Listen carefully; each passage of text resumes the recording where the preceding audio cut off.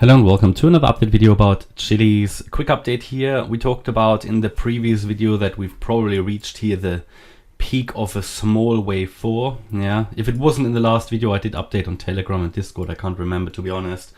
But we certainly talked about this resistance area here, that this was most likely just a wave 4 and that I would expect one more low into the 14-cent region. Now we did reach 14.7 cents. We made that additional low. And however, I would still like to see one more tiny low. Yeah, and ideally sort of in the, maybe the really 14 cents, 13 cents into that region. We take a look at that in detail in a minute. But overall, Chiliz has, in my opinion, quite a bullish setup. Bear in mind, it's an altcoin, so altcoins are obviously more risky than, for example, Bitcoin and Ethereum. Obviously, in total, the crypto market is quite risky. But generally, of all the altcoins that I cover, Chiliz has an interesting setup where we are looking here at a possible so-called 1-2 setup, out of which we should emerge in a wave 3 to the upside. That could reach, yeah, we can calculate that target as well for this white wave 3 there. Target-wise, you know, for possible wave 3, depending on how low we really go, but just roughly, we look at 46 cents. So it's quite an interesting setup just for the third wave. That would be roughly a price target. Obviously, we've got some resistance along the way, especially here, this region around 27 all the way up to 30 cents. That will be, let's say, a major resistance area where it needs to go through. But if it really is in a wave 3 or gets into a wave 3, it should really overcome that. Okay, so it's an interesting setup. However, there is a price that we should not drop below. If we do it, this sort of bullish setup is not going to work out. So if we look at the Fibonacci retracements, now that we broke below 15.8 cents, the next larger Fibonacci retracement level is the 12.47 cent level.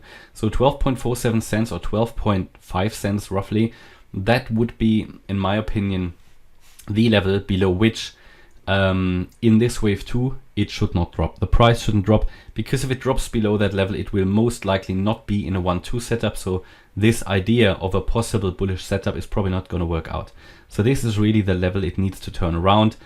In the very worst case, it could even go down to 10.4 cents, but that is less, or that's a stronger retracement than ideal. The 10.4 cent level, it's the 88.7% FIB level. Below that level, it will be really, really difficult to get back up.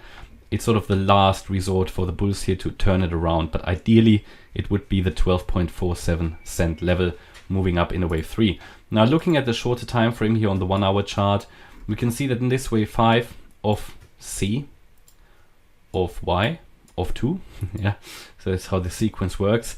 Ideally I'm looking at one more low. Yeah, so we've got here the wave 1 done, got the wave 2 done, we've got the wave 3 done, wave 4 probably done. Ideally, one more low here in a wave 5. Or if we don't get that additional low, I would at least like to see, to confirm that a low was really in, at least a move above the 50% retracement of the wave 3. And then we're talking about basically 16 cents here. If we break above the 16 cent level, it is most likely not a wave 4 anymore. Then it's probably something more bullish, and we've actually already seen the we have already seen here the low, right? And we're already in some kind of a more bullish setup here, like this one, where we've actually bottomed already in a wave 5, put a double bottom in place here. But from the proportions in the ideal wave count, it would be great to see one more low. And also, if we look at what Bitcoin Ethereum did, sort of they actually performed quite well over the last few days. Here there's nothing, right? And it's again a great example that coins are, yes, there are certain correlations, but they are, you know, they are temporary. They don't always work out. So correlations are not really useful for trading.